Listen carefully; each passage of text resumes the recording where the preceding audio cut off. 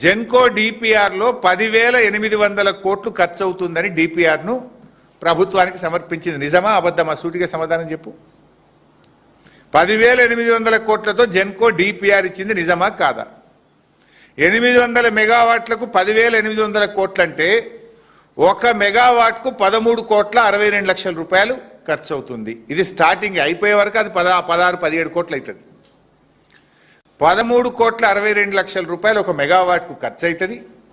1 unit విద్యుత్ ఉత్పత్తి చేయడానికి ₹7.70 అవుతుందని చెప్పి లెక్క తేల్చింది జెన్కో. ₹7.70 per unit. మరి 10,880 కోట్లు కాస్త ఏమవుతుంది? పూర్తయ్యే వరకు 15,000 కోట్లు అవుతుంది.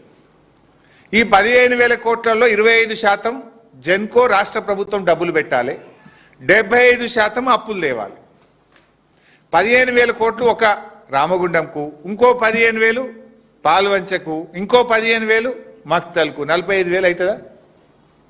నేనేమంటున్నా, అరే రూపాయి పెట్టుబడి లేదు, రూపాయి అప్పవసరం లేదు, మిత్తి మీద పడేది లేదు, వాళ్ళు కట్నీళ్లు పెట్టేపోయోలే 2,400 మెగావాట్ల కరెంటు మన తెలంగాణలోనే పెట్టి మనకు సప్లై చేస్తామంటే ఎందుకు వద్దన్నావు? అయినా వాళ్ళు చెప్పిన ధర ఎంత? ₹4.12. నువ్వు మీ రాష్ట్ర ప్రభుత్వము జెన్కో రామగుండంలో భూమి ఉన్నది, అన్నీ ఉన్నాక కూడా ఎంతకు తయారైద్ది అన్నాడు? 1 యూనిటు ₹7.70. అంటే దాదాపు ₹3 ఎక్కువ 1 యూనిట్కు, ఇంకా ₹3.40 ఎక్కువ. సరే ₹3 అనుకో. 7.70 వర్సెస్ 4.12. 4.12కి ఎన్టీపీసీ ఇచ్చింది, నువ్వు తీసుకున్నావు 800, ఇంకా 1,600 నువ్వు వద్దన్నావు. ఆ 1,600 వాళ్ళని వద్దని నువ్వు సొంతం పెడతా అంటున్నావు. ఎందుకు? కమిషన్ల కోసం. సొంతం పెడితే ఎంతకు తయారవుతుంది కరెంటు? ₹7.70 తయారవుతుంది. అంటే 1 యూనిట్ మీద ₹3 అదనంగా విద్యుత్ ఉత్పత్తికి ఖర్చు అవుతుంది మీరు పెడితే. ఒక రోజుకు 3 కోట్ల యూనిట్ల విద్యుత్ ఉత్పత్తి, 800 మెగావాట్లు అంటే దట్ ఈజ్ ఈక్వలెంట్ టు 3 కోట్ల యూనిట్ల కరెంటు. 3 కోట్లు ఇంటూ ₹3 అంటే ఎంత?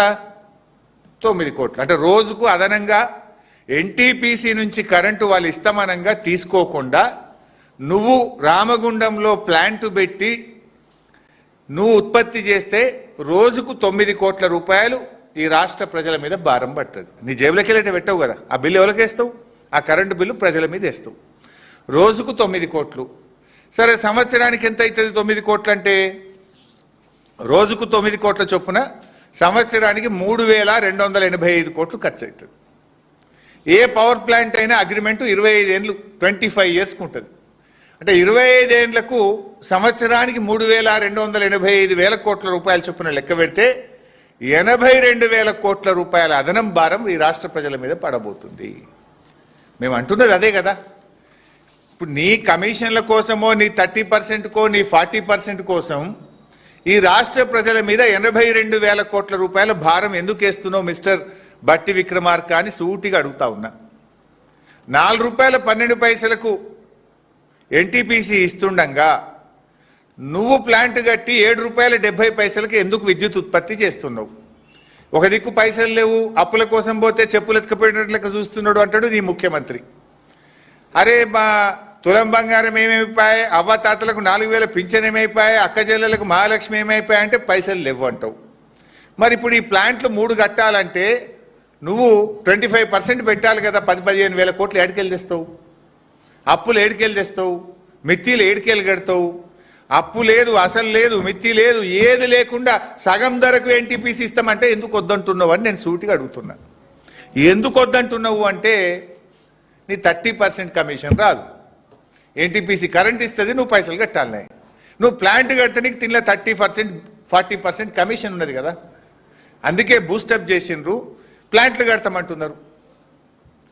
ఇప్పుడు ఎన్టీపీసీ ఇంకా తొందరగా వస్తుంది కరెంటు. నువ్వు ఇప్పుడు ఆలు లేదు, సూలు లేదు, నువ్వు కట్టాలంటే 5 ఏళ్ళు 6 ఏళ్ళు అవుతుంది. ఎన్టీపీసీ తయారున్నది, ఏడాది లోపల ఇస్తా అంటుండు. తయారున్న కరెంటు, తక్కువ ధరకు వచ్చే కరెంటు, పెట్టుబడి లేకుండా వచ్చే కరెంటు వద్దంటావు. 5 ఏళ్ల తర్వాత వచ్చే కరెంటు, ఎక్కువ ధరకు వచ్చే కరెంటు, పెట్టుబడి పెట్టే కరెంటు ముద్దంటావు. ఇది ఎక్కడి పద్ధతి? ఎవరి కోసము? నువ్వు చేసే తప్పుల వల్ల ఈ రాష్ట్ర ప్రజల మీద 82,000 కోట్ల రూపాయల భారం పడుతుంది. ఈ 82,000 కోట్ల భారం ఎందుకు ఈ రాష్ట్ర ప్రజలు విద్యుత్ బిల్లుల రూపంలో చెల్లించాలి? రేపు కరెంటు బిల్లులు పెరుగుతాయి కదా.